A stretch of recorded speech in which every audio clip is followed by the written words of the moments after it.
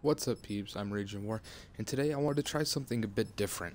So, I wanted to start up a new series I like to call The Raw Show. Usually anything that I do or associated with is Raw, short for Raging War.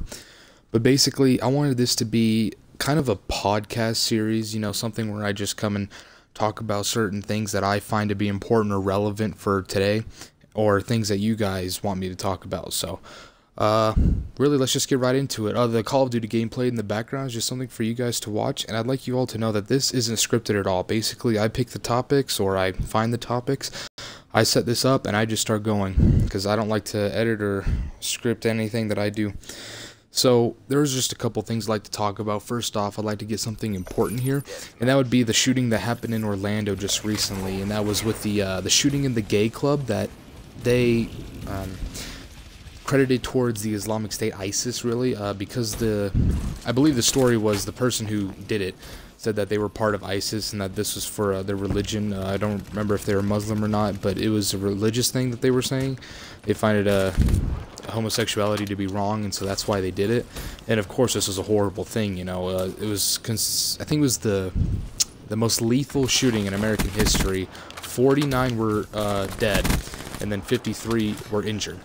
So this is really just some horrible stuff, what ISIS is doing. And then another problem with this is that I know recently ISIS has been getting a lot more aggressive. They've been making a lot of threats. I do know before school ended for the summer, back at my school, there's a lot more police officers around. Apparently ISIS was sending a lot more threats, so they were posing much more of a danger. So I guess ISIS is just really getting more committed to their attacks on the US, and they're becoming a lot more aggressive with it, which is really something kind of scary to think about, that they're willing to go to these lengths just to try and hurt us for no good reason. So really, I just want people out there to be safe, try to find some online classes or something, and that can really teach you how to be safe in one of these situations. There are actually videos and stuff out there that tell you what to do if you're caught in the middle of one of these attacks. Just really something good to look into. So let's move to a more lighter note. There's been a lot of controversy lately over the Infinite Warfare and the Battlefield 1 trailers. I was talking to a lot of guys about it, and I think the hate that Infinite Warfare is getting is really it shouldn't be as much. I think it's really a bandwagon thing. I know I'm going to get a lot of hate for this, but I like the Battlefield 1 trailer, don't get me wrong. I thought it was great. World War I's really cool. I don't think Infinite Warfare really deserved the, 2 million dislikes it has now. I think it's really just a bandwagon thing where a bunch of people started disliking it, and so everyone decided to start doing the same thing, and now it's become this. I watched the trailer myself, and I actually really enjoyed it, especially the whole Major Tom. That song is just really cool. It really fit with the cinematic, and it just looked like really epic. So I don't think it deserved the dislikes it has, but I think the reason it's getting it is because people don't like the future stuff. They like the old COD, so the modern stuff and the old stuff. But a lot of people were saying they wanted like World War II or something like that with Call of Duty. And what people have to remember is that there's a lot of World War II games out there. Call of Duty's already done World War II a lot. The first 3 games were set in World War II, and then so was World at War. So it's really just become a really common thing. And also with the future stuff, you get a lot more diversity and variety. You can able to add a lot more stuff, new weapons, new abilities, new settings, all kinds of stuff like that. Whereas if you do something like Battlefield's doing now, where it's set in World War I, you have to use World War I weapons, you have to use World War I settings and events, and it just doesn't really leave a lot of room for improving. Whereas, if you go into the future, the possibilities are endless. You can have all kinds of stuff in there. So I think that's what Call of Duty wants to do now, is just to add a lot of stuff, because before, the complaints were that the genre was becoming stale, it was becoming repetitive, and I think that's why they made the step into the future, was so that they could try and fix that with a lot of new features and gameplay elements. But, so I really don't think that the dislikes are really justified. I think it's more of a bandwagon thing. But Battlefield 1 trailer does look good, although I've been more of a COD fan my whole life. I've been playing COD since Call of Duty 2. So it's just really been a big thing for me, whereas Battlefield has always been something I play with my friends every once in a while, They're both pretty fun, but Call of Duty, I believe, has a larger impact. And I'm really excited for both games. But I do think Infinite Warfare is going to be better than people imagine it will be. I think the dislikes don't really show how the game is. Plus, we have to remember these are campaign trailers, not the multiplayer trailers, which is really like the big aspect of both of these games. So I think when the multiplayer comes out, we're going to be surprised by both. Also, I think that when Treyarch comes around in their next rotation, so they did Black Ops 3 now, and then they're going to make the next one 3 games later, I think they might do something set in the past, because they've always been really the ones to do that. They did World at War and Black Ops. I think they're going to be the ones to really take the reins on a Call of Duty set in the past, so I think when they come back around, they might actually do that.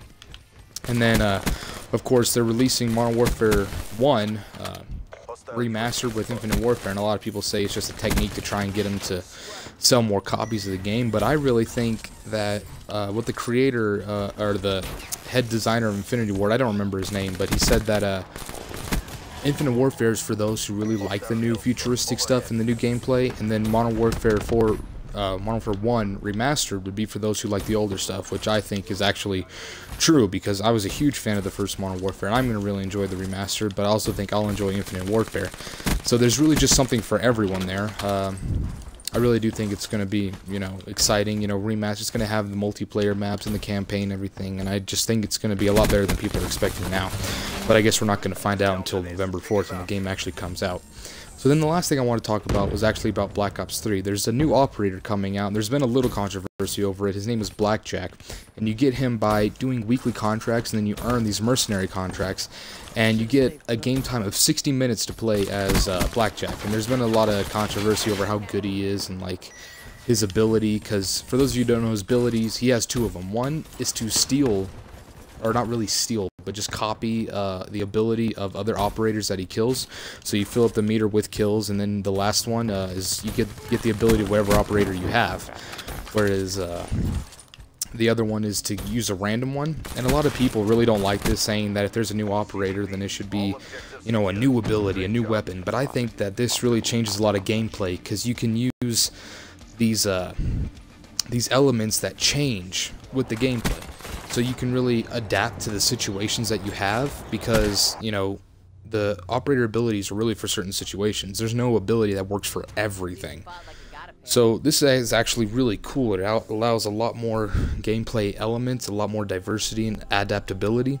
So I'm actually really excited for the Blackjack, although I do believe that Season Pass holders should be able to get him without the contracts. I feel like Season Pass holders are losing a lot of the benefits that they had in the older Call of Duties, because now a lot of the weapons and stuff can be earned by anyone, and they actually take a while. So I really would like to see the Season Pass owners get more stuff that the non-Season Pass owners don't have. You know, $50 for the Season Pass, you know, is quite a bit, so I believe we should get more out of that.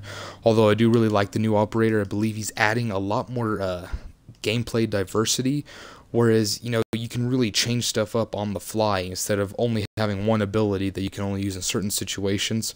So I'm also really excited for that. Anyways, this was the first episode of the Raw Show. If you guys liked it, be sure to leave a like. If you really enjoyed the, you know, the type of stuff I do, be sure to subscribe and leave some comments saying what you want me to talk about, stuff that I really find interesting and important. And I really want to do more of this. So you guys be sure to tell me what you want me to hear, and be sure to give me some feedback on what you really think I would be better at. So anyways, I really appreciate the watch. Thanks for watching, and I'll see you.